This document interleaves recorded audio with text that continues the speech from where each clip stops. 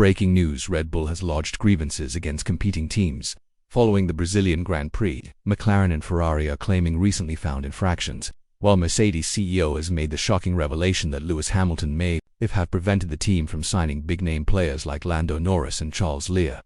In other news, Lando Norris could become one of the fastest drivers to never win a world championship, according to Eddie Jordan. Welcome to F1 Real Time. For additional updates, remember to subscribe and click the bell symbol. Following an extremely fierce Formula One season, a new issue is growing off the track when Red Bull Racing purportedly found proof that some rival teams may be using an inventive but unlawful method to obtain a performance advantage by using water to cool their tires. According to reports, this revelation first came to light following the September Singapore Grand Prix, and it has since been more intense, with rumors raging over the Brazilian pre-weekend.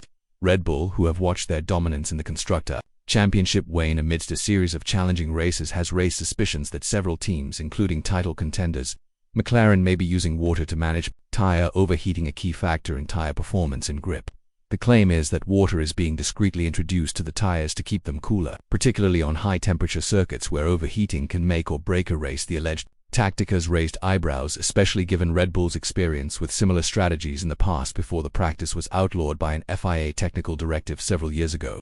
Though Red Bull themselves were known to have experimented with water cooling techniques, the accusation has reopened the dialogue around fair play and innovation, with Red Bull pressing the FIA to conduct a thorough investigation, while Max Verstappen is inching towards an extraordinary fourth consecutive World Championship title after a stunning victory from 17th place in Brazil. His achievements have been overshadowed by the ongoing concerns about McLaren's potential with 3 races remaining. Advantage first, Sten leads McLaren's Lando Norris by 62 points, making him the potential champion if he scores enough points at the upcoming race in Las Vegas to join Red Bull legend, despite Verstappen's dominant lead in the driver's standings. Sebastian Vettel is one of just 2 drivers in Formula One history to win his first titles in successive years. In the Constructors' Championship, Red Bull is in 3rd place, 49 points behind McLaren.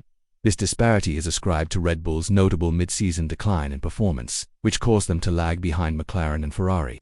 Sten's first victory, in Sao Paulo's victory, his first in 10 races and his longest winless streak since 2020, signaling the end of a protracted dry spell. This tire cooling claim is the most recent development in Red Bull and McLaren's intense competition. Last month, McLaren made headlines when they were asked to change their rear WI design, specifically a mini DRS feature that reportedly gave their cars a speed boost on straight sections of the track. This mini DRS system contributed to Oscar Piastri's victory in Aaron, drawing more attention from rivals, especially Red Bull. The tension has been evident throughout the season as each team looks for a competitive edge through strategic innovation. After FIA intervention, Red Bull issued a statement during the USGP confirming that they had agreed with the governing body to resolve any compliance issues going forward. The rivalry intensified further at the USGP when Red Bull was involved in the so-called Bitgate controversy, which centered on a cockpit mechanism that allegedly allowed Red Bull to dynamically adjust their car's ride height. According to reports, the allegations involving water-cooled tires started in Singapore when Norris turned in one of his best performances of the season, moving from pole position to a decisive victory against Vernon in 20.9 seconds. Insider sources speculate that this dominating display may have sparked early concerns at Red Bull following race reports that claimed watermarks were discovered on some rims. When the tires were disassembled and inspected at pole's base, it was implied that water or moisture had been added to the tires through the valves to combat the high temperatures, even though Red Bull insisted otherwise. Pell is in charge of racing in Formula One.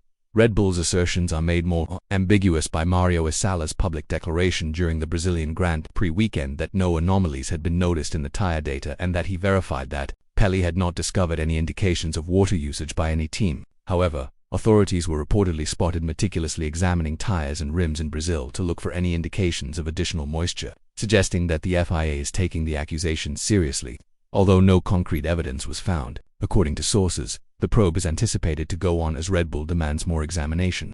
Given that tire integrity is crucial for safety and competitive fairness in Formula One, the governing body is likely to proceed cautiously in addressing these claims. In the meantime, Lewis Hamilton's decision to join Ferrari in 2025 has left the FIA without a definitive statement on the subject, and it is still unclear what sanctions could be imposed if any team is found to have violated the tire regulations. Toto Wolff, the team principal for Mercedes, considers lost chances and changed team dynamics, given his long-standing affiliation with Mercedes, a collaboration that has lasted for more than 10 years and provided both sides immense success. The 7-time world champion's statement in February shocked the Formula One community. Wolff, who at first appeared unconcerned, has now disclosed that Hamilton's decision affected Mercedes' pursuit of elite talent like Lando Norris from McLaren and Charles Leclerc from Ferrari. Hamilton's departure signals the end of a historic era for Mercedes, where the Briton won 6 of his 7 titles under Wolff's leadership. Wolff had also publicly considered signing Max's verse from Red Bull this season.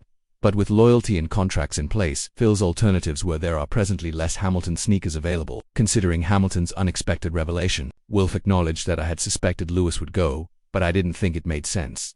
Wolff clarified that he's taking the news in stride, and that this was just a business decision. I couldn't understand why he would switch teams before knowing if we'd be competitive in 2025. His decision caught us off guard and prevented us from exploring negotiations with drivers like Norris and Leclerc, who committed to their respective teams just a few weeks prior. After an amazing adventure, Lewis and I now both have our own goals.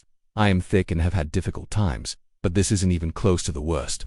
In other news, Lando Norris, who is renowned for his natural speed and unwavering drive, despite Norris' strong performances this season, particularly in competitive matches against reigning champion Max Verstappen, he may soon run the risk of becoming one of the fastest drivers to never have won a Formula One World Championship. This is a possibility that former F1 team owner Eddie Jordan believes is becoming more likely. In a recent episode of the Formula for Success podcast, Jordan asserts that the McLaren driver has not yet demonstrated the aggressive edge that may tip the scales in a title duel. Jordan contended that in the high-stakes world of fandom, Norris' innate kindness might be holding him back. Norris was raised in a wonderful, kind and caring home. Is there anything to support Jordan's assertion that he is tennis? Indeed, he did imply that Norris's polite racing style might have helped Verstappen hold on to his lead in points during McLaren's most competitive period, squandering chances to close the gap in the race for the championship. Jordan cited several crucial races this season where Norris seemed poised to take advantage of Verstappen's setbacks, but instead of doing so, Norris frequently allowed Verstappen enough room to recover and hold on to his championship lead. The tendency was especially noticeable in close races like those in Austin and Mexico, where Norris displayed his speed but fell short of the hard-nosed strategies required to seize the lead. David, a more upbeat assessment of Norris's potential was provided by Jordan's podcast co-host and former Formula One driver.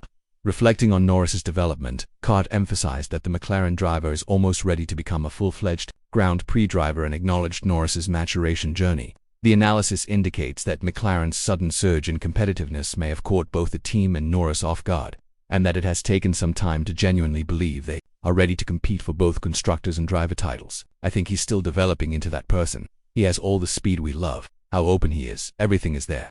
But at some point he has to go max. Card mentioned that Mclaren has an attacking mentality that is essential for winning championships, and I believe that Lando is almost there in that regard as well. Claps music claps.